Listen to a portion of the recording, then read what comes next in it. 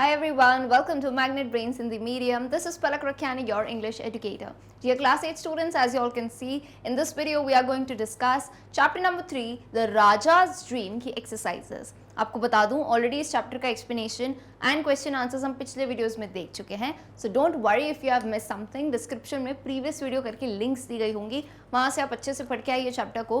And exercises are basically जो आगे आपको true and false, grammar section जितना भी पार्ट है वो सब कवर किया है. सो आइए बिगिन करते हैं सेशन को. And again it's very much suggested कि आप अपनी बुक साथ में रखें, ताकि क्या है ना, यहाँ पेज नंबर भी दिया है, you can just solve it with me. Now why is this important?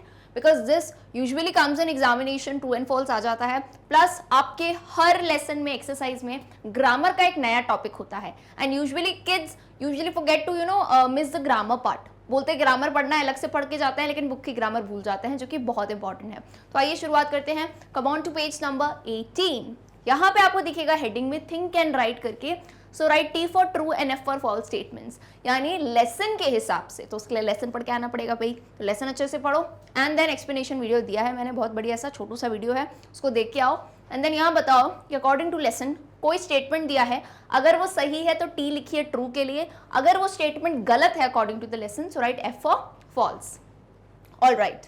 Number 1, Gopal was a great fool. अरे भाई ये कैसी बात कह दी. गोपाल तो हमें पता है बहुत ही ज्यादा विटी था, बहुत ही ज्यादा समझदार था, तो वो खुद फूल नहीं था, दूसरों को फूल बनाता था. यानी स्टेटमेंट बिल्कुल गलत है, सो F फॉर फॉल्स कर दोगे आप यहाँ पे. Alright. Number 2, Raja actually had a strange dream. राजा को एक्चुअली का मतलब यहाँ असली में कोई स्ट्रेंज ड्रीम आया था, नहीं, फॉल्स है. राजा ने जानबूझकर किया था ऐसा ताकि वो गोपाल का जो है मजाक उड़ा सके. तो उन्होंने ऐसे ही एक मन गढ़ंत कहानी जिसे कहते हैं ना, ऐसा था. तो एक्चुअली में उनका कोई स्ट्रेंज ड्रीम नहीं था. Number 3, Raja fell in the pool filled with milk. राजा जो थे वो 2 पूल वाली कहानी याद करो, है ना, कि मैंने सपना देखा 2 पूल थे, एक में खीर था, एक में जो डंग था बहुत ही बदबूदार. तो ऑफकोर्स खुद राजा हैं, तो उन्होंने खुद को किस में गिराया? पूल फिल्ड विद मिल्क कह सकते हो या खीर कह सकते हो, एक ही बात है. खीर बनती तो दूध से ही है ना भाई, तो बिल्कुल सही बात है. The statement is true. Number 4, the courtiers mocked at Gopal on hearing Raja's dream. Courtiers यानी जो उनके प्रजा के लोग थे, उन्होंने जो है मॉक किया. मॉक का मतलब होता है हंसा. तो जब राजा ने सपना सुनाया, ऑफकोर्स उन्होंने क्या कहा कि उनके सपने में गोपाल किस में गिर गया? वो गंदा बिल्कुल डंग वाले पूल में. तो ऑफकोर्स अपने जब इमेजिन किया तो सब हंसने लगे. So this is again true statement, सही स्टेटमेंट है. Last statement is Raja punished the courtiers for laughing at him. अब याद कीजिए, राजा का सपना खत्म हुआ, फिर गोपाल इतना चालू था, उसने फिर से सपना सुनाया, और उसमें जब उन्होंने बताया कि हम दोनों लिख कर रहे थे तो सब लोग हंसने लगे राजा पे. लेकिन किस्मत की बात है कि राजा उस दिन अच्छे मूड में थे, उन्होंने किसी को पनिश नहीं किया. तो ये स्टेटमेंट बिल्कुल गलत है, राजा ने किसी को पनिशमेंट नहीं दी थी. So this goes for false. Clear है? चलिए, बहुत ही सिंपल सा था. अब आते हैं पेज नंबर 19 पे. One of my favourite activity, word study. Word study में क्या होता है ना, हमारा जो थिंकिंग स्किल्स है बहुत डेवलप होता है. यहाँ पे fill in the blanks in the following sentence with the words given below. You have been given a few words in this, okay, and आपको sentence दिए हैं. Now आपको यूज करना है अपना common sense कि इस sentence का actual मतलब निकल के क्या आएगा, और उसमें सही word को हमें put करना है. Okay, ये सारे words हैं. words के पहले फटाफट से मैं आपको मतलब बता देती हूँ. clean का मतलब सबको पता है, साफ.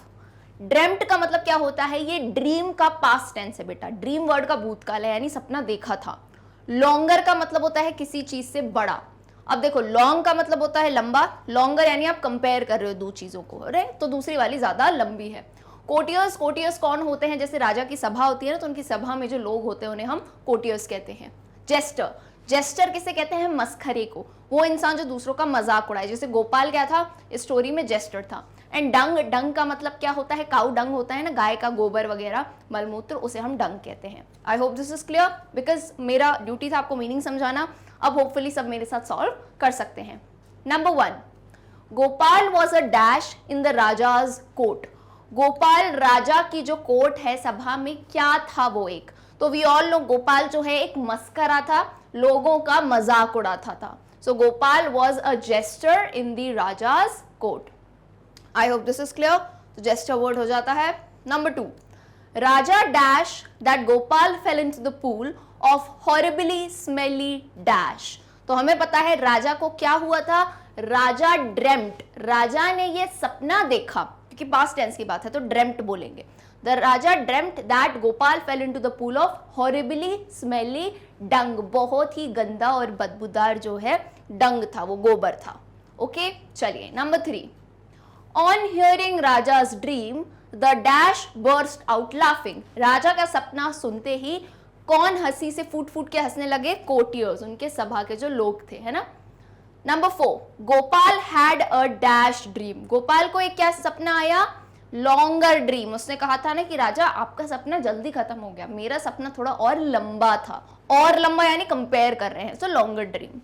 Number 5 last one, Gopal and the king were licking each other in order to dash themselves, तो गोपाल के सपने में बताता है कि हम पूल से बाहर निकले और हम क्या कर रहे थे, एक दूसरे को लिक कर रहे थे, यानी चाटना होता है, क्यों, एक दूसरे को साफ करने के लिए, so in order to clean themselves. तो इजी इसलिए लगा क्योंकि हम ऑलरेडी इस लेसन को पढ़ के आए हैं एंड ये वही लाइंस थी। आई hope this is clear. All right, now moving on again word study, जो कि मैं कहती हूँ बुक की सारी एक्सरसाइजेस करनी है एंड ये वीडियो बहुत इंपॉर्टेंट है, यानी आप कोई भी चैप्टर जब पढ़ते हो ना, don't forget to learn the exercises. Now over here what you need to do, find out from the story the words which are opposites, that is antonyms of the words given below.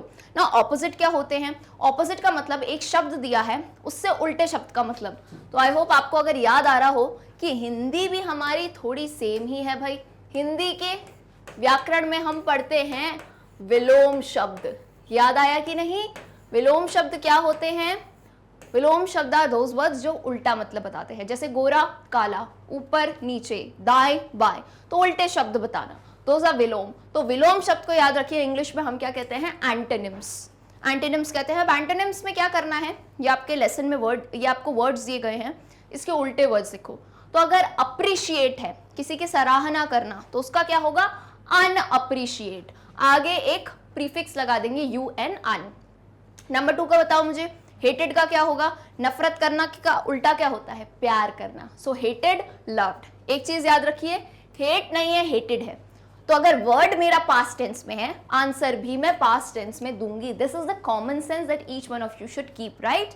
अगर ये past tense में है, अगर देखो students अगर hate दिया होता तो मैं भी लव लिखती, लेकिन हेटेड दिया है, खुद ही पास्ट टेंस है, तो हमें पास्ट टेंस में लिखना होगा।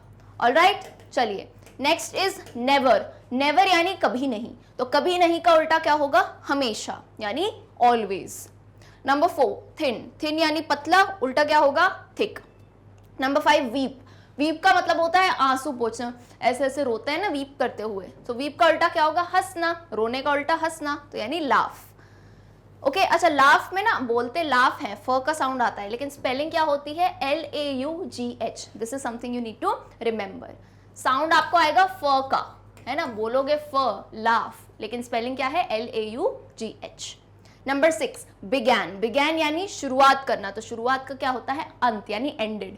अब एक चीज याद रखो, बिगिन होता है प्रेजेंट टेंस और बिगैन होता है पास्ट टेंस।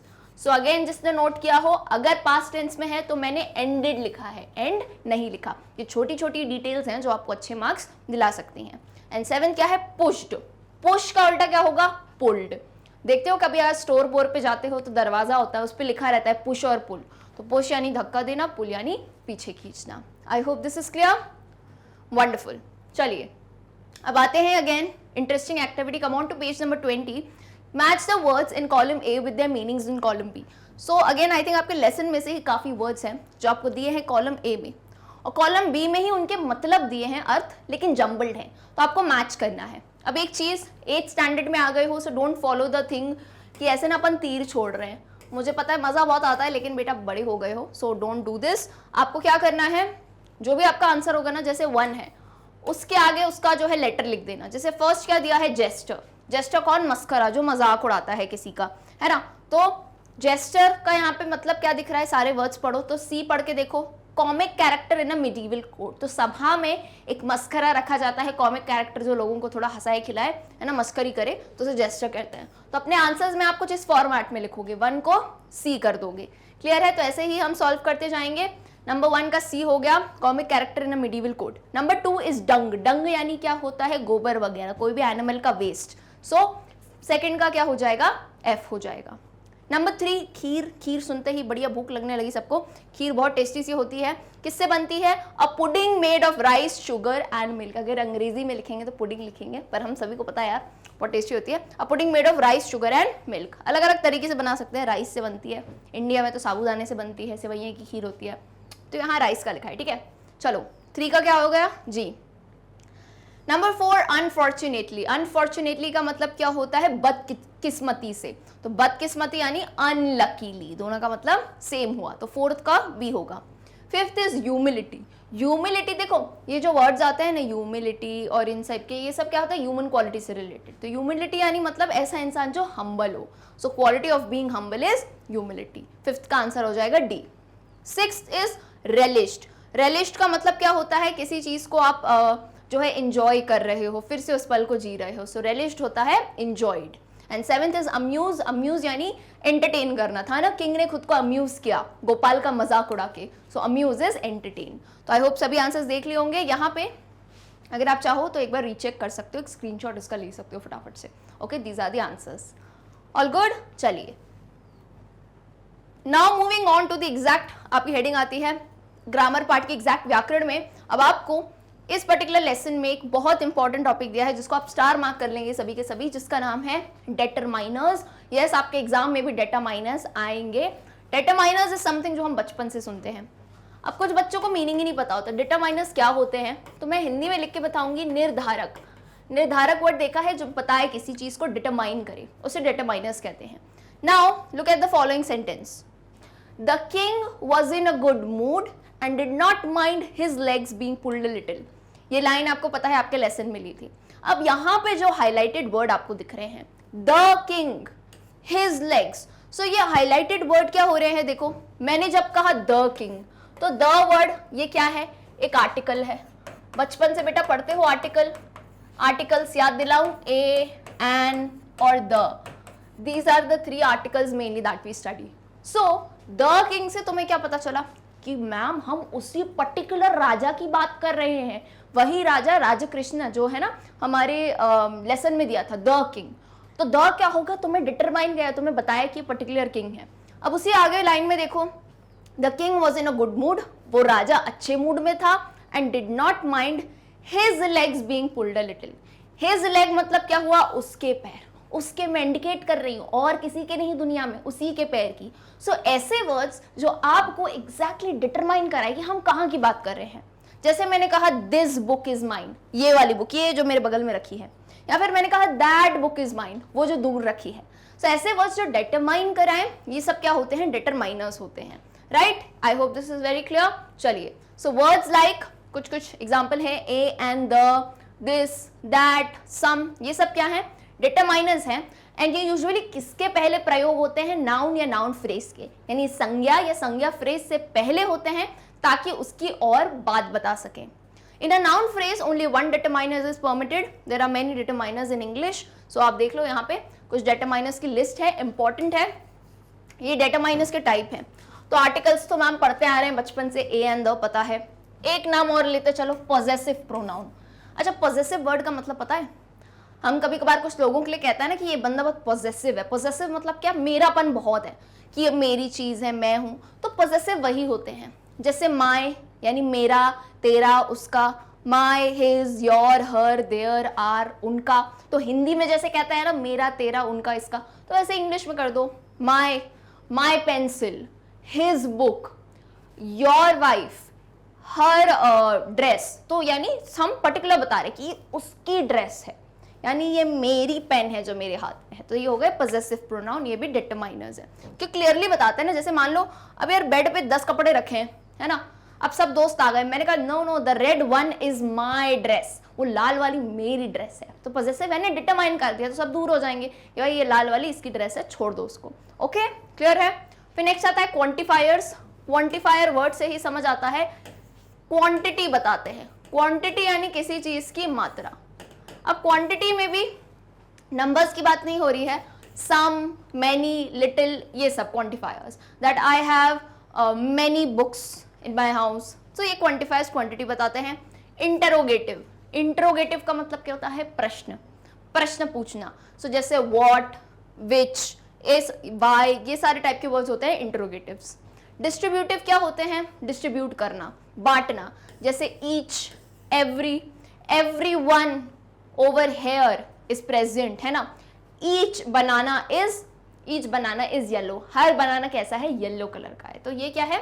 डिस्ट्रीब्यूट कर रहे हैं। And last demonstrative. डेमोन्स्ट्रेटिव क्या होता है बेटा? जो डेमोन्स्ट्रेशन दे कि दिस बुक दैट बुक, ये दूरी से बताते हैं। जैसे मान लो एक एप्पल यहाँ पास में रखा, एक बॉल यहाँ पास में है, so this is a ball, और एक बॉल वहां दूर रखी है, मैंने कहा दैट इज अ बॉल। तो ये सब क्या कर रहे हैं? डेमोन्स्ट्रेट कर रहे हैं। These were all the examples of determiners, these are super easy. And मैं तो ये बिलीव करती हूँ कि ठीक है, थ्योरी पढ़ना इज डिफरेंट, लेकिन the next level thing that you have to study is example. जितने ज्यादा आप क्वेश्चन लगाओगे, एग्जाम्पल सॉल्व करोगे, पढ़ोगे, उससे आपको ज्यादा समझ आता है in grammar instead of just mere theory. तो थ्योरी एक बार समझ ली, अब आगे आ जाइए। What you need to do, circle determiners in the story the Raja's dream, come to page number 21। तो मैंने कहा ना, मैं पढ़ा तो देती हूँ, लेकिन उससे ज्यादा हम सॉल्व करने का काम करेंगे। तो छोटा सा लेसन है राजाज ड्रीम, उसमें जितने भी डेटरमाइनर्स है सर्कल करने हैं हमें। तो आइए मेरे साथ सर्कल करते जाइए, जैसे बताते जाइए। मैंने तो लेके लिख लिए, आपको इसके अलावा और मिलते हैं तो आप लिख सकते हैं। जैसे अ फूल, अ फूल यानी एक बेवकूफ, है ना। अ यानी क्या हो गया यहाँ पे? आर्टिकल। द कोट, ये भी हो गया article. The Raja, a single, a walk, the milk, my dream, possessive pronoun हुआ, मेरा सपना। तो इस टाइप से मैंने एग्जाम्पल दिया है। आपको लेसन में और डेटरमाइनर्स मिलते हैं तो आप बिल्कुल उन्हें लिख सकते हैं। चलिए, now come to page number 21। Circle determiners in the following sentence. आपको कुछ सेंटेंस दिए हैं, इसमें डेटरमाइनर सर्कल करते जाइए मेरे साथ। चलिए, नंबर 1 पढ़ते हैं। I don't know where I left my shoes. मुझे नहीं याद है कि मैंने मेरे जूते कहाँ छोड़ दिए। तो my shoes यानी my क्या हो गया? possessive pronoun। कौन सा वाला है बता दो? determiner भी possessive। होपफुली ये आंसर भी सब दे पाएंगे। ऑलराइट, चलिए number 2। I am not free this afternoon. इस आफ्टरनून में फ्री नहीं हूं। कौन सी वाली आफ्टरनून? This afternoon. तो दिस हो जाएगा, यानी मैंने क्या किया? एग्जैक्टली डेमोन्स्ट्रेट किया, तो डेमोन्स्ट्रेटिव में आएगा ये। ऑलराइट, चलिए number 3। Can I borrow your English book for a minute? क्या मैं आपकी इंग्लिश की किताब 1 मिनट के लिए ले सकती हूँ? तो किसकी इंग्लिश की किताब? आपकी, यानी योर। तो again this will come under possessive. Possessive तो ऐसा है, मतलब तुम आम भाषा में रोज यूज भी करते हो, है कि नहीं। Number 4। When is your birthday? तुम्हारा बर्थडे कब है? तो ये अगेन क्या हो जाएगा? possessive pronoun. I hope this is clear. चलिए, my father has invited his friends to my birthday party. इसमें तो काफी सारे हैं, देखो my, his और my, ये सब क्या हैं? ये सब हैं possessive pronouns. This room is bigger than that room. ये वाला रूम उस रूम से बड़ा है। तो this और that दोनों क्या हो गए? हमारे demonstrative हो गए। Number 7। The man who is standing at the gate is my uncle. वो आदमी जो गेट पे खड़ा है वो कौन है? मेरे अंकल है। तो द हो गया आर्टिकल और my क्या हो गया यहाँ पे? possessive. Number 8। I am busy these days. मैं इन दोनों कुछ व्यस्त हूँ। So these क्या हो जाएगा? हमारा demonstrative. And last, I need some water. मुझे थोड़ा पानी चाहिए। So some क्या हो जाएगा यहाँ पे? हमारा quantifier। क्यों? क्योंकि ये क्या बता रहा है? क्वांटिटी बता रहा है, थोड़ा पानी, है ना। लॉट ऑफ वाटर नहीं कहा मैंने, क्या कहा? Some water. I hope this is clear and mark my words, determiners पे यूजुअली क्वेश्चंस आते हैं एग्जाम में। चलिए, use of each and every very important, इसमें बहुत गलतियां होती हैं ईच और एवरी को यूज करने में। तो आज जो है इस कॉन्सेप्ट को क्लियर कर लेते हैं। Look at the following sentences. Now अभी डिफरेंस समझना इसमें। पहला सेंटेंस कहता है each boy is intelligent.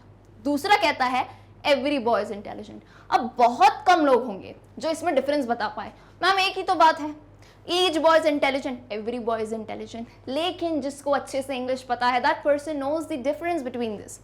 Each हम तब यूज करते हैं जब हम, देखो ईच में ऐसा है, मैं कहूंगी यहाँ पे, चलो यहाँ पे मैं लड़के बना देती हूँ, है ना।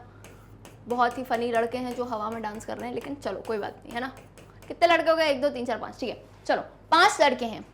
मैंने कहा each boy is intelligent.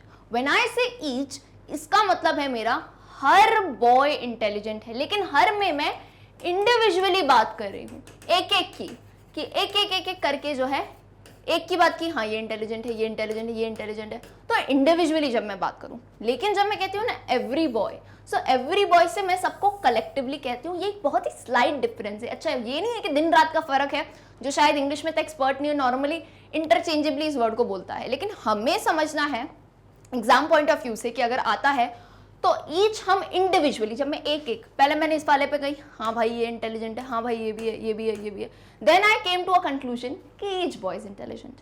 But when I say every boy is intelligent, तब मैं ऑल कलेक्टिवली बात करूं कि हर लड़का इंटेलिजेंट है। So we use each and every before singular countable nouns. Obvious सी बात है भाई, we use each before a singular countable noun when we talk about two or more people or things separately, जब हम हर एक चीज की सेपरेटली, दो या दो से ज्यादा चीजों की सेपरेटली बात करें। आई hope this is very clear. और एक चीज तो समझ ही आ रही है हमें कि काउंटेबल नाउन यानी ऐसी संज्ञा जिसे हम गिन सकते हैं, जैसे बॉय हो गया, गर्ल हो गया, बुक हो गया, है ना, बोर्ड हो गया, ये सब गिन सकते हैं। अगिनत वाले पे नहीं, अनगिनत वाले पे नहीं, कि जैसे वाटर हो गया, दूध हो गया, इन सबको थोड़ी ना गिन सकते हो। तो काउंटेबल नाउन के पहले आप इन्हें यूज करेंगे। We use every when we talk about 3 or more people or things as a group. मैंने क्या कहा, कलेक्टिवली जब एक ग्रुप, एक संगठन के तौर पे बात करते हैं तब every का यूज करेंगे। जैसे देखो, each boy and girl was given a prize, यानी हर लड़के को और हर लड़की को एक प्राइज दिया गया था। Each of the girls was allowed to speak for 2 minutes. हर लड़की को मौका दिया था कि तुम 2-2 मिनट के लिए बोलो। Every boy was present in the class. इसका मतलब क्या है, जितने लड़के थे सबके सब क्लास में प्रेजेंट थे। आई होप दिस इज क्लियर। चलिए, नाउ सिंपल सा एक्टिविटी है पेज 22 पे, ये सेंटेंस आप खुद से भी बना सकते हैं। इट्स नो नीड कि आप जो है मेरे एग्जैक्ट सेंटेंस कॉपी करें। So make 2 sentences with each and every. तो एवरी से 2 सेंटेंस हैं, एवरी से और ईच से दोनों से सेंटेंसेस हैं। Each one of us is responsible for this, each party is welcome here. Every classmate was presented, every girl was given some time. तो ये एवरी इधर नीचे है और ईच इधर ऊपर है, ठीक है। चलिए, बहुत बढ़िया। अब आ जाइए पेज नंबर 22 पे, थोड़े और डिटरमाइनर्स की एक्टिविटी करते हैं। आपको फिर से करना है यहाँ पे pick out the determiners from the following sentences. तो अगेन इन सेंटेंस से डिटरमाइनर पिक करने हैं। थोड़ा वक्त मैं दूंगी, आपको कुछ नहीं करना है, पेंसिल लेना है और आप सर्कल कर सकते हो। तो आइए साथ में सर्कल करते हैं, चलो। A little boy saw pictures of the most wanted criminals at the police station. एक लाइन पढ़ी, यहीं से सर्कल करो। A little boy, अ हो गया आर्टिकल, ठीक है। Most wanted criminals at the police station, तो दे क्या हो गया हमारा, अगेन द हो गया article. Pointing at one picture, he asked a policeman there, a policeman, ये हो गया article. Is he really a wanted criminal, क्या ये सही में एक वांटेड क्रिमिनल है, अ हो गया article. Yes, said the policeman. Looking puzzled, the little boy remarked, then why didn't you keep him when you took his picture? then आपने उसको क्यों नहीं रखा जब आपने उसकी पिक्चर ली। ओके, तो यहाँ पे थे हमारे डिटरमाइनर्स। सिंपल सी एक्टिविटी है, नो वरीज। चलिए, नाउ आगे आते हैं। पहला टॉपिक हो गया डिटरमाइनर्स, दूसरा super important punctuation marks. Now some people will think ma'am 8th class में आ गए, अब भी पंक्चुएशन मार्क्स। तो 8th क्लास में आ तो गए हो स्टूडेंट्स, 12th तक भी, एनीवन उसके बाद भी, आज भी लोगों को मैंने देखा है पंक्चुएशन मार्क्स में गलती करते हैं। फुल स्टॉप लगाना नहीं आता, कॉमा कहाँ लगाना है, क्वेश्चन मार्क कहाँ लगाना है, कैपिटल लेटर से शुरुआत करनी है, इन्हीं छोटी छोटी गलतियों की वजह से मार्क्स कट जाते हैं। So we use a variety of punctuation marks such as full stop, comma, question mark in our writing to separate sentences, phrases and to clarify the meaning. तो पंक्चुएशन मार्क्स यूज क्यों होते हैं? देखो, कोई भी language होती है ना, उसको हमें इन्हांस करना होता है, तो उसका मीनिंग समझाने के लिए उसे सही तरीके से, अब इंग्लिश लैंग्वेज है तो उसे भी अच्छे से लिखना है, हिंदी में भी हम लिखते हैं, तो पंक्चुएशन मार्क्स का यूज तभी है। और हम ह्यूमंस क्या कर देते हैं, हम उन्हीं को भूल जाते हैं। सो आइए फटाफट से कुछ पंक्चुएशन मार्क्स हैं जो कि कॉमनली मिस्टेकन है, यानी ऐसे जिनमें आप ज्यादातर गलतियां करते हो, उन्हें हमने यहाँ पे लिया है। सबसे पहला अपोस्ट्रोफी। अपोस्ट्रोफी मुझे लगता है आज तक भी लोगों को समझ ही नहीं आता है क्या होता है। सो अपोस्ट्रोफी बहुत जगह पे यूज किया जाता है, इसको समझिएगा। To form contractions by showing the numbers or letters that have been left out. Super important बेटा, मैं तुमको बता रही हूँ, तुम तो चलो 8th क्लास में हो। I have seen people who are doing their bachelor's degrees, master degrees and they are fine with English but they don't know these. अब जैसे मैंने खुद एक पर्सनल एक्सपीरियंस किया था, मैंने यहाँ पे लिखा था ऐसे करके, कोई ईयर था हिस्ट्री में, है ना, ऐसे लिखा था मैंने। सो एज अ पर्सन, मुझसे एक लिटरली एक इंसान ने पूछा, the person who is doing masters, कि यहाँ पे ये इसका क्या मतलब है, ये कौन सा 98 है, इसका क्या मतलब है, तो लोगों को पता ही नहीं होता है। एक चीज याद करो, ये अपॉस्ट्रोफी हम यूज करते हैं बताने के लिए एक केस में, बहुत सारे केसेस हैं, सेम केस नहीं होते, जब आप किसी चीज को लेफ्ट आउट करते हो, छोड़ते हो। अब तुम्हें पता है 2098 तो होगा नहीं, है ना, अभी ये साल तो आया नहीं है। हम यूजुअली क्या करते हैं, 98 कहा, 84 कहा, तो इसका मतलब क्या है, पहले क्या आएगा, 19 आएगा। सो जब मैंने कहा अपॉस्ट्रोफी 88, इसका मतलब है अपॉस्ट्रोफी मैंने किसकी जगह पे लगाया है, 19 की जगह पे मैंने अपॉस्ट्रोफी लगाया है, तो इसका मतलब है 1988। समझ आई? चलो एक और चीज लो, आई एम, मैं हूं। अब इसको हम एक शॉर्ट फॉर्म से भी लिख सकते हैं, जैसा कि आप सभी को पता है, आई अपॉस्ट्रोफी एम। ये सभी ने देखा है कि नहीं? आई एम को ऐसे लिख सकते हैं कि नहीं लिख सकते हैं? बिल्कुल। तो यहाँ पे बेटा ये अपॉस्ट्रोफी का मतलब क्या है पता है आपको? अपॉस्ट्रोफी स्टैंड्स फॉर ए, ये जो वर्ड हम खा गए, आई एम, जैसे वी आर में हम फिर से ए खा गए, तो हमने क्या कहा भाई, अपॉस्ट्रोफी लगा देते हैं उसको कॉम्पनसेट करने के लिए। ही विल, ही विल में हमने WI हटाया, तो उसकी जगह हमने क्या लगा दिया, अपॉस्ट्रोफी। दे वुड में तो हमने पूरा ये हटा दिया, WOUL, उसकी जगह क्या लगा दिया, अपॉस्ट्रोफी लगाया। तो इसको आप कैसे पढ़ते हो, दे वुड ही पढ़ते हो, लेकिन शॉर्ट फॉर्म में। तो पहले केस में बिल्कुल दिमाग में फिक्स करेंगे, अपॉस्ट्रोफी कहाँ यूज करते हैं, जब हम किसी वर्ड को छोटा कर रहे हो, कुछ अक्षर उसमें से हटा रहे हो। पहला तो ये केस हुआ, ठीक है, वेरी इंपॉर्टेंट। नंबर 2, जब हम किसी नाउन का पोजेसिव बना रहे हो, पोजेसिव यानी जैसे मैंने कहा, यहां पे देखना ध्यान से, अंकल्स शॉप या फिर अंकल्स बुक, चलो अंकल्स बुक, इसमें मतलब क्या हुआ, अब यहां एस लगा रहता है तो कुछ बच्चों को लगता है ये बहुवचन है, this is a plural word, no, यहां पे आप देखो अपॉस्ट्रोफी लिखा है। अपॉस्ट्रोफी एस का मतलब होता है अंकल का या अंकल की कोई चीज, जैसे यहां मैंने लिखा अंकल्स बुक, तो इसका मतलब हुआ अंकल की किताब। मैंने लिखा अंकल शॉप, अंकल की दुकान, है ना, अंकल्स सूट, अंकल का सूट, तो इसका मतलब क्या है, अपॉस्ट्रोफी एस का मतलब है पोजेसिव, हम किसी चीज के बारे में बता रहे हैं। जैसे मैंने कहा पलक्स पेन, तो ये पलक की पेन है, ठीक है। स्टूडेंट्स होमवर्क, बच्चे का होमवर्क, तो यहाँ पे एक चीज आपको ध्यान रखनी है, अपॉस्ट्रोफी लगाना बहुत जरूरी है इन दोनों वर्ड में। आई वेरी वेल होप अब मेरे हर स्टूडेंट को डिफरेंस पता चलेगा। पहले वाले वर्ड का मतलब क्या है, अंकल्स, यानी बहुत सारे अंकल, और इसमें मतलब क्या हुआ, अंकल का। अब अंकल का कुछ भी, अंकल का ड्रेस, अंकल का दिमाग, अंकल का शरीर, कुछ भी, ठीक है। बात क्लियर हुई कि नहीं? अपॉस्ट्रोफी समझ आया? बहुत ही बेसिक है, बहुत, और ये सिर्फ 8th स्टैंडर्ड की बात नहीं है। English, you know we are in India, English is something that is a professional language. So English आपको बेटा मरते दम तक आप कोई भी काम करोगे, you need to use English, है कि नहीं? काम के लिए तो जरूरत पड़ती है, so why not learn it right now, because I observe जब हम ना स्कूलिंग के बाद ना इतना टाइम नहीं मिल पाता है कि हम लैंग्वेज पे बहुत ध्यान दें। So these are the years when you need to learn this, and apostrophe seriously एक बहुत ही इंपॉर्टेंट पार्ट है जिसको आप समझेंगे। तो पहला यूजेज कब हुआ, जब हम किसी वर्ड को काटते हैं उसमें। दूसरा कब हुआ, जब हम पोजेसिव बात करें, जैसे अगर यहाँ और एग्जाम्पल देखो, अंकल शॉप, आशूज फ्रेंड यानी आशु का दोस्त, कैट्स टेल यानी बिल्ली की पूंछ, अनूस कार यानी अनु की क्या है, कार है। चलिए नेक्स्ट स्टेप क्या है, नेक्स्ट यूज में सेम ही है कि आप किसी के बारे में बताओ, लेकिन यहाँ पे एक छोटा सा डिफरेंस है। देखो आपको, जैसे अभी मैंने कहा अंकल्स शॉप, ठीक है, अंकल्स कुछ भी लिख दो, अंकल शॉप लिख लो, तो अंकल की दुकान, इतना तो समझ आता है मैम कि अपॉस्ट्रोफी एस के बाद हमको कोई वर्ड लिखना है। लेकिन there are a few cases जब कुछ चीजें ऑब्वियस हो। क्या कहना चाह रही हूँ, अच्छे से समझो। देखो add s apostrophe s to a person's office और शॉप, जैसे मैंने कहा I'll buy the medicine at the chemist's।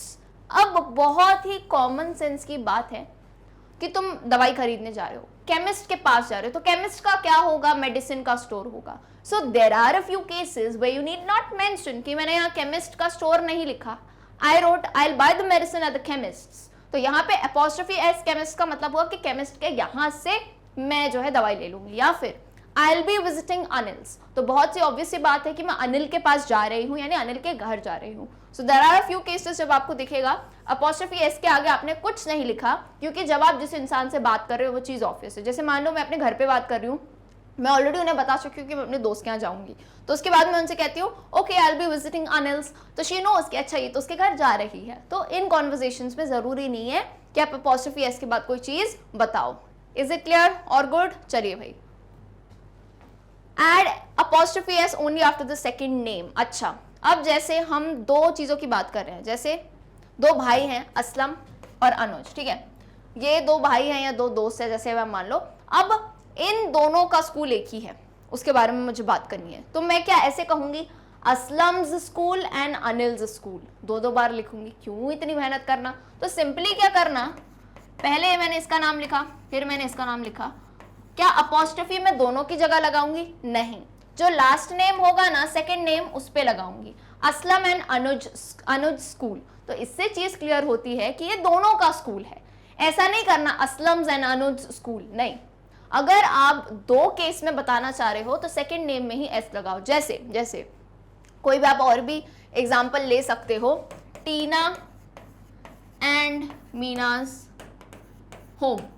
अब टीना मीना दोनों बहनें हैं, दोनों का घर एक ही है, तो मैं ये थोड़ी ना लिखूंगी टीनाज एंड मीनाज होम, नहीं, इसमें मैं क्या करूंगी सिर्फ आगे वाले नाम पे अपॉस्ट्रोफी लगाऊंगी, जिससे क्लियर हो जाएगा कि दोनों का घर एक ही है। तो ये भी कुछ केसेस होते हैं जहां पे आपको समझने की जरूरत है।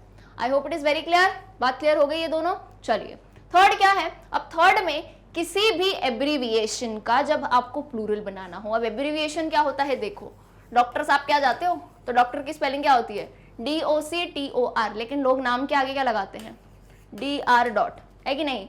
PhD होल्डर, PhD का फुल फॉर्म सबको पता है कि नहीं है? फिलोसफी ऑफ डॉक्टरेट है ना, डॉक्टरेट में फिलोसफी करी है आपने, तो ये पूरा तो कोई कभी नहीं लिखता है। कैसे लिखते हैं इसको? PH और D, ठीक है, तो ऐसे करके लिखोगे। या फिर आप CM है, चीफ मिनिस्टर है, PM है, तो ये एब्रीविएशन कहते हैं आधे वर्ड्स को जो आप लिखते हो ना, initial letters, abbreviation. Now there are a few cases when you need to from plural, plural यानी कुछ केसेस में आपको इनके क्या बनाने पड़ते हैं, बहुवचन बनाने पड़ते हैं। तो बहुवचन बनाने के लिए आपको क्या करना है, अपॉस्ट्रोफी का यूज कैसे करना है, देखो an apostrophe is placed at the end of the word when the plural and end s with like that। देखो जैसे मैंने कहा बहुत सारे CM है ना, मान लो दूसरे दूसरे जो है स्टेट के भी CM आए हैं, तो मैं कैसे कहूंगी CMs। इसमें इसका मतलब ये नहीं होता है CM का, इसका मतलब है बहुत सारे CM, PhDs बहुत सारी PhDs, डॉक्टर्स बहुत सारे डॉक्टर्स, ओके। एंड अगर आप वर्ड खोल के लिखोगे तो कोई दिक्कत नहीं है, तो फिर ऐसे लिख सकते हो डॉक्टर्स, फिर लिख सकते हो। लेकिन जब एब्रीविएशन में लिखोगे तो प्लूरल बनाने के लिए अपॉस्ट्रोफी एस लगाना पड़ेगा, ओके। ये एक्सेप्शन केस है जहां पे इसका मतलब ये नहीं होता है डॉक्टर का CM का, यहाँ पे प्लूरल है, एक्सेप्शन केस है, सारे केसेस ऐसे नहीं होते हैं, ओके क्लियर है। चलिए भाई अब नेक्स्ट आते हैं हम कॉलन पे। कॉलन क्या होता है, a colon is use before a list and usually as follows या फॉलोइंग, जो कि हम बहुत यूज करते हैं। कॉलन क्या होता है, ये दो ऐसे डॉट, एक ऊपर एक नीचे, इसे हम कहते हैं कॉलन। आप सभी को पता है, बहुत यूज करते हैं। जैसे किसी लिस्ट के बारे में बताना हो, जैसे देखो this box contains the following items, इस बॉक्स में फॉलोइंग आइटम है, कोलन लगाया, फिर आइटम के नाम बताओ, बैंडेज, प्लास्टर, लोशन एटसेट्रा, ठीक। एंड दूसरा सबसे इंपॉर्टेंट कोलन हम कब यूज करते हैं, जब हम टाइम बता रहे हों, जैसे 10:45, सो 10:45, इसमें 10 क्या है, आर है, और 45 क्या है, मिनट है, हम सभी को पता है ना, 5:04। So what is 5 here, hours, and 4 क्या रिप्रेजेंट करता है, मिनट्स। और इसके बीच में देखो इतना कॉमनली यूज कभी किसी चीज को किया जाता है ना कि ध्यान ही नहीं जाता, तो ये भी कोलन ही है, राइट। मीनिंग समझ आया। चलिए थर्ड क्या है, it is use to introduce quoted material. Quoted यानी जिस चीज की हम बात कर रहे हैं उसे रिप्रेजेंट करने के लिए भी कोलन यूज करते हैं। जैसे the headmaster of our school often use to tell us this quotation. तो किसी चीज की जब हम कोई बात बता रहे हो, होता है ना कि मेरी दादी जो है ना एक बात बताया करती थी, तो वो बात बताने से पहले मैं क्या लगाऊंगी, कोलन। जैसे writing makes a man perfect, लिखते लिखते इंसान जो है परफेक्ट हो जाता है, तो तब भी हम कोलन का इस्तेमाल करते हैं, ये कॉमन यूजेज है, राइट। चलिए नेक्स्ट क्या है, सेमी कोलन। अब इसका आधा कोलन में क्या होता है, दो गोले लगते हैं, सेमी कोलन में ऊपर वाला फुल स्टॉप और नीचे वाला कॉमा। अब इसका यूजेज आई हैव सीन लोगों को समझ ही नहीं आता है कि मैम सेमी कोलन को कब यूज करते हैं, कहीं भी लगा देते हैं। इसको ध्यान से समझना, सेमी कोलन यूजुअली ऐसे दो सेंटेंस यानी ऐसे दो वाक्यों को जोड़ने में यूज किया जाता है जो कि इंडिपेंडेंट होते हैं, अपने आप में वो वाक्य हैं, लेकिन वो कहीं ना कहीं एक दूसरे से क्लोजली रिलेटेड है। यानी मैं सेम बात करना चाह रही हूं, इसका मतलब समझना। देखो एग्जांपल से देखो, he gives up smoking, obviously he fears contracting one of the smoking related diseases। तो इसका मतलब ये हुआ कि उसको स्मोकिंग करने से डर लगता है। अब ऑब्वियसली इसलिए क्योंकि इसको स्मोकिंग वाली बीमारियां उसको नहीं लग जाए, इसलिए डर लगता है। अब बात एक ही थी, इस केस में कॉमा लगाने से बेहतर हमें लगता है कि हम सेमीकोलन लगाए। Although he gives up smoking एक पूरा खुद में सेंटेंस है, इसको किसी की जरूरत नहीं है, लेकिन मेरा दूसरा सेंटेंस उससे कहीं ना कहीं रिलेटेड है। तो जब ऐसे सेंटेंस क्लोजली रिलेटेड होंगे तब हम सेमीकोलन लगाते हैं, एंड ये बहुत केसेस नहीं होते हैं। आप यूजुअली, मैंने कहा ना, writing makes a man perfect पीछे लिखा था, तो जब आप लिखते जाओगे ना, so when you will become expert, you will know ऐसे राइटिंग में, पैराग्राफ राइटिंग में, you will start using semicolon, है ना। जिस दिन मैं ये समझती हूँ इंसान को सेमीकोलन का यूज समझ आ जाए ना, मतलब कहीं ना कहीं आप एक लेवल आगे आ चुके हैं इंग्लिश में। I hope this is clear. चलिए, next is to join two complete sentences into a single written sentence when the two sentences are too closely related to be separately by a full stop and there is no connecting word which would require comma such as and or but। अब इसका मतलब समझो। अब ऐसा case आता है, ऐसे दो सेंटेंस जिसको मतलब होता है ना, लाइफ में कभी ऐसी दुविधा होती है कि ये कर भी नहीं सकते, ये हो भी नहीं सकता, लेकिन ये करना है, वैसी वाली। तो यहाँ भी वही केस है। ऐसा केस होता है जब ये दो सेंटेंसेस होते हैं जिनमें मीनिंग बहुत क्लोजली रिलेटेड है ना, लेकिन ऐसा नहीं है कि मैं इनको फुल स्टॉप से सेपरेट कर दूं, नहीं, वो फिर बहुत दूरी हो जाएगी, है ना, इंडिया पाकिस्तान बॉर्डर हो जाएगा। ऐसा भी नहीं करना मुझे इनको डालना है एक ही सेंटेंस में, लेकिन मुझे कॉमा भी नहीं लगाना, मुझे पॉज भी नहीं देना है बात में, क्योंकि बातें जो है सेपरेट सेंटेंसेस है लेकिन मतलब एक है। तो इस केस में अच्छा फिर बोलो पलक मैम एंड लगा दो ना, नहीं, एंड और बट लगाने से भी वो मजा नहीं आएगा। तो इन केसेस में ऐसे कुछ रेयर केस होते हैं जब हम सेमी कोलन का यूज करते हैं। जैसे एग्जाम्पल देखो, he had no money, he felt helpless। उसके पास पैसा नहीं था और उसे जो है बहुत ही ज़्यादा ऐसा लग रहा था कि हेल्पलेस लग रहा था कि किससे मदद मांगू, है ना, कोई मदद करने वाला नहीं था ऐसा। सो बातें कहीं ना कहीं रिलेटेड है, इतनी दूर भी नहीं है कि मैं फुल स्टॉप लगा दूं, लेकिन इतनी पास भी नहीं है कि मैं एंड लगा दूं। So in that case we use semicolon. बहुत कम केसेस में होता है यूज, बट ठीक है, आपको जानना ज़रूरी है ताकि आप जब पैराग्राफ राइटिंग या ऐसे राइटिंग करो तब आपको काम आएगा। ओके, थर्ड क्या है भाई, जब आपको इंडिपेंडेंट क्लॉजेस को बताना है, रीस्टेट करना है ना, इक्वल एम्फेसिस देते हुए। जैसे road construction in Taruni has hindered travel around village, streets have become covered with bulldozers, trucks, cement. So यहाँ पे हमने सेमीकोलन यूज किया ताकि हम दोनों सेंटेंस पे इक्वल एम्फेस डालना चाह रहे थे। प्रभाव कि रोड कंस्ट्रक्शन हुआ तरूनी में, उससे जो है विलेज में घूमना, गाँव में घूमना बहुत ही प्रॉब्लमेटिक हो गया है, और उसी से ही हमें समझ आएगा कि स्ट्रीट्स जो है किससे कवर हो गई हैं, बुलडोजर से, ट्रक से, सीमेंट से। तो उस बात को बताने के लिए। I hope this is clear. चलिए नेक्स्ट क्या है, to join two complete sentences into a single written sentence with the second sentence begins with a conjunctive adverb such as however, nevertheless, accordingly, consequently। हाँ, इन cases में भी होता है conjunction. I hope आप सबको पता होंगे कंजंक्शन क्या होता है, फटाफट से बता देती हूँ।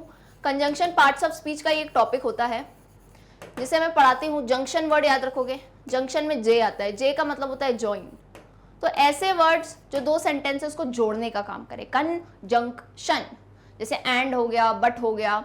अब यहाँ पे ऐसे वाले कंजंक्शंस है ना, कंजंक्शन एडवर्ब्स जैसे however, nevertheless, accordingly, consequently और instead। जब ये वर्ड्स आपको दिख जाए तब भी आप सेमीकोलन से जोड़ोगे। For example, I wanted to make my speech short, however, there was so much to cover। मैं अपनी स्पीच को यानी अपने भाषण को छोटा बनाना चाहती थी, लेकिन बहुत कुछ कवर करना था, तो यानी कहीं ना कहीं ये चीज मुश्किल थी। ओके, तो यहाँ देखो हमने सेमीकोलन का यूज किया है। Alright, wonderful. Number 5, to separate items in a list when one or more of those items contain a comma. क्या मतलब हुआ, देखो अभी तो तुम कहोगे मैम लिस्ट के आइटम में तो हम कॉमा लगा सकते हैं, बैग्स, बुक्स, लेटर्स। बिल्कुल सही बात है, बिल्कुल सही बात है, तब कॉमा लगाओगे। लेकिन मुझे कोई पूछ रहा था कि आज हमारे यहाँ कोई बहुत बड़ा प्रोग्राम ऑर्गेनाइज्ड है और हमने बहुत ही दिग्गजों को बुलाया है, भैया सीएम वगैरह सब आ रहे हैं। तो मुझसे पूछा लिस्ट बताओ। अब लिस्ट में मैं नाम लिखूंगी लेकिन नाम के साथ डेजिग्नेशन भी तो लिखूंगी। जैसे मैंने लिखा राधा मोहन मीना, ये इनका नाम है, कॉमा लगा के इनकी पोस्ट लिखी द कमिश्नर। अब मुझे एक बात बताओ, ऑलरेडी तो एक कॉमा आ गया, इस कॉमा का मतलब ये नहीं है राधा मोहन मीना अलग है और कमिश्नर अलग है, ये वही है, ये कमिश्नर ही है। तो ऐसे केसेस में जब हम कॉमा लगा के पोजीशन बताते हैं और मुझे दूसरे इंसान का नाम बताना है, अब दूसरा इंसान, तो इस बीच हम सेमीकोलन का यूज करेंगे।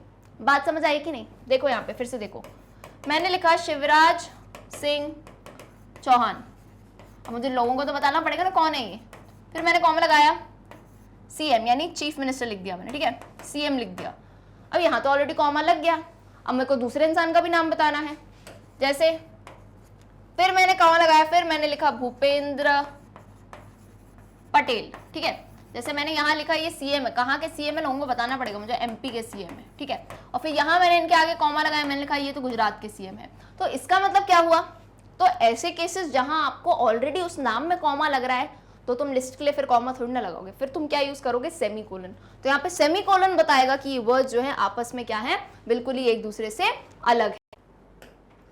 चलो क्लियर है। अब नेक्स्ट आ जाओ हाइफन पे। हाइफन कौन? अरे हाइफन वही जिसे हम डैश कहते हैं, डैश करके बोलते हैं ना, उसे हाइफन कहा जाता है। सो हाइफन का तो यूज आई थिंक सभी को पता है। हाइफन जो है जब हम कंपाउंड वर्ड्स फॉर्म करते हैं ना तब यूज किया जाता है। कंपाउंड वर्ड्स यानी क्या? दो वर्ड से मिलके। जैसे for example I am saying a number, मैंने कहा 41, तो 41 को लिखता है आई थिंक बचपन से ऐसे करके 40 लिखा, डैश लगाया, 1 लिखा, तो यूजुअली डैश बोलते हैं, ऐसे होता हाइफन है, राइट। मैंने कहा the person is good looking, तो गुड लुकिंग यानी अच्छा दिखने वाला, सो गुड लुकिंग ऐसे आएगा। Daughter in law, so daughter in law पूरा एक वर्ड है, सो डॉटर लिखा, हाइफन लगाया, इन लिखा, हाइफन लगाया, लॉ लिखा। डॉटर इन लॉ कौन होता है? बहू को कहते हैं, राइट। प्रो इंडियन, 41, इस टाइप के वर्ड्स में आप जो है हाइफन का यूज करते हैं। चलिए नेक्स्ट, अब हाइफन को very important periods of time बताने के लिए यूज किया जाता है। यानी जैसे मैंने कहा 2009 से लेके 2011, तो मैं कैसे लिखूंगी? 209 till 2011। अरे आप तो स्कूल गोइंग हो, सेशन लिखते हो कि नहीं? जैसे अभी हमने सेशन लिखा 2023 से लेके मान लो 25 तक, ऐसे कोई सेशन लिख दिया, तो यानी इस साल से लेके इस साल तक। तो एक पीरियड ऑफ टाइम बताने के लिए भी हम किसका इस्तेमाल करते हैं? हाइफन का। Next, to link two connected words. For example बहुत ज़्यादा ये जो ट्रेन्स में यूज़ किया जाता है जर्नी में, जैसे the Patna Delhi train, train के नाम होते हैं ना, पटना दिल्ली ट्रेन हो गई है ना, अहमदाबाद उदयपुर ट्रेन हो गई, इस टाइप से ट्रेन के नाम होते हैं, right. Next, to add emphasis और मेक इट ड्रामेटिक। तो यानी अगर आपको किसी चीज़ पे एम्फेसिस देना हो, ड्रामेटिक बनाना हो, तब भी आप इसका यूज़ कर सकते हैं। खैर इसका इतना ज़्यादा इंपॉर्टेंस नहीं है, सो इसको आप स्किप कर सकते हो। चलो नेक्स्ट आओ, अब डैश का मतलब क्या होता है? डैश बेसिकली हाइफन ही होता है, लेकिन इसका मतलब ये है जब आप कोलन की जगह किसी वर्ड को लगाना चाहें, जैसे quick, go now, the police are coming for you, so dash लगा के गो नाउ के बाद हमने कहा क्यों गो नाउ? क्योंकि पुलिस आ रही है।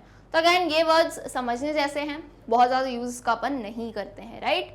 चलिए डैश एक और चीज़ में हम लगाते हैं कब? जब हम देखो dash is used in pairs to separate a strong interruption from the rest of the sentence.